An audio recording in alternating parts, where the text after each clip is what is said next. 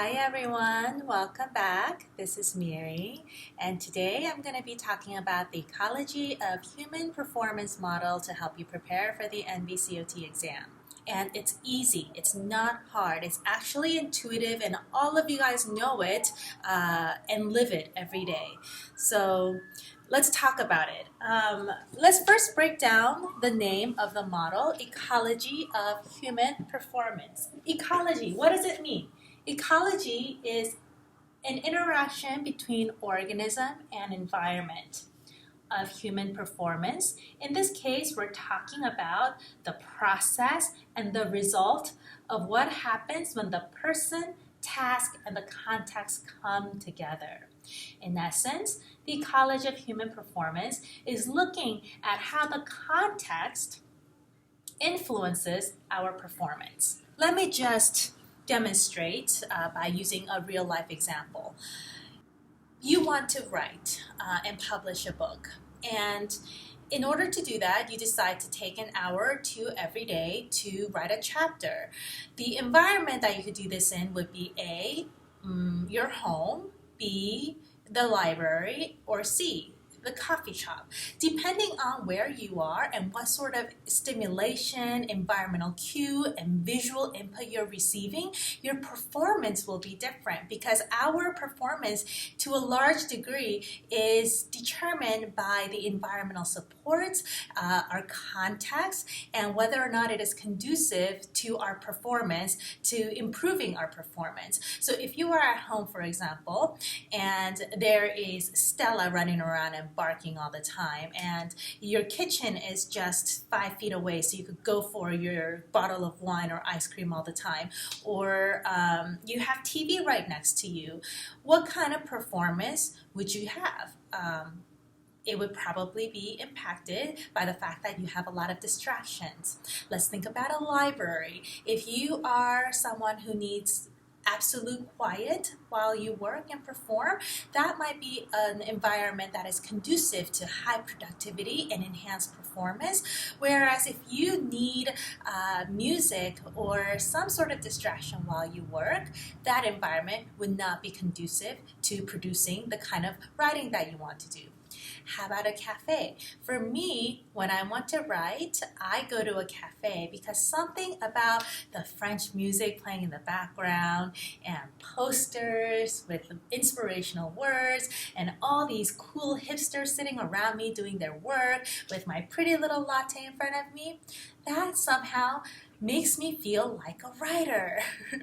And suddenly I become more creative and I feel more confident and I go in my element, and even my work that is produced at a cafe, there is a tangible difference because that environment allowed me to work at my best, and my performance therefore is much more different when I work at a cafe than, say, a library or at home. So that, in the simplest form, is what this model is about. It places heavy emphasis on the environment and the context and how that influences your human performance. Okay? So let's go into this a little bit more detail. Here is the person. This is me, and this is really referring to our abilities and experiences and includes components like sensory, motor, cognitive, psychosocial. And then there's the context, which includes the physical component, social component, cultural, as well as the temporal. And there's the task. These are sets of objective behaviors to accomplish a goal that form a person's role. And the performance, the interaction with the context to engage in the task. Now, many of you don't know this, and you all know me as an occupational therapist, which I am, but I have a side hobby and a goal that I have, which is to be a tech entrepreneur. And in order for me to do that, here is what needs to happen. My abilities and experiences. I am fully capable in terms of my sensory, motor, cognitive, and psychosocial abilities and skills to be able to produce a technological mobile app. And my previous experience, having launched a successful startup, well positions me to be able to become a tech entrepreneur. Okay, so that would be the person component. The context, as I mentioned, has physical, social, cultural, and temporal component, right? Physical, these are tangible things. I have my MacBook Air, I have my desk set up, I have an environment that is conducive to productivity physically. Socially, I have expectations from my friends who I grew up in the Bay Area, who are all in the tech startup community, and they expect me to produce a mobile app to become the next tech entrepreneur. I have that social expectation, and in some ways it's cultural too, because with the recent tech boom and Silicon Valley, Silicon Beach here in LA, I feel like I am saturated and immersed in a very technologically driven culture, which also influences my desire to start another startup. And temporal, here I have a photo of me during a white coat ceremony at USC. Shout out! And this is to show that I'm still relatively young. I'm a student. I'm studying occupational therapy. So how does that context influence what I want to do, how I want to do it, and how well I would do it? Okay, and here's the task. This is the actual development of the mobile app. And in order for me to do that, develop it, and become a tech entrepreneur, I would have to start pitching this idea and start doing public presentations in various contexts to a wide diversity of audience. And that is the task that I have to engage in. And of course, there are many, many tasks that are involved in becoming a tech entrepreneur. But today, for the purposes of this video, I am focusing on the task as public speaking, okay?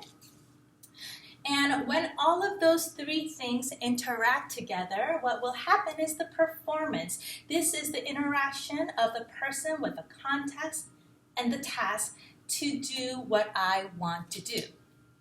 Now, the Ecology of Human Performance model has 5 intervention approaches, and I'm going to go through all of them to talk about how I can become who I want to be using OT intervention strategies. Here, the first one is establish and restore. This is really about improving our abilities and function. And so this would be me going to Toastmasters once a week to make sure that I practice my public speaking skills, that I get rid of my my crutch words. I do it all the time, but I'm working on it. So establishing and restoring, and also getting rid of a lot of anxiety associated with public speaking by going to Toastmasters and exposing myself to that environment. Adapt and modify is the second intervention strategy. This is modifying either the context or the task demand. Because public speaking is really difficult for me, I can choose to do shorter presentation instead of pressuring myself to do 15-20 minute presentation. I can also modify the context, the environment. So modify the context would be something like making sure that I have visuals with me in order to remember everything that I need to remember for the presentation, so that I don't have to rely so much on my poor memory to recall all the information that I would need. So it would be maybe using a PowerPoint presentation, having posters that are set up or posted at the back of the wall that I could use as a reference. The third one would be altering the environment and finding the optimal context. This is where I would, instead of going to big halls and convention centers, I would start maybe with small groups, maybe starting with friends and families and going to small local pitch events, and eventually getting to the point where I could pitch it to a large group of people and venture capitalists. Prevent. This is where you anticipate problems that you may not currently have, but problems that you may see. So what happens when I'm anxious, have stage fright? I might end up having a panic attack. And in order to prevent that, I may choose to always bring a friend or support that I could see in the audience who will anchor me and ground me during my presentation so that I don't have a panic attack in the middle of my presentation. Create. This is where you create opportunities for adaptable and more complex performance. So as I get better at doing what it is that I want to do, I want to create opportunities to be able to improve my performance. And I would do that by doing something like this. This was an innovation competition for tech entrepreneurs in the healthcare department at USC.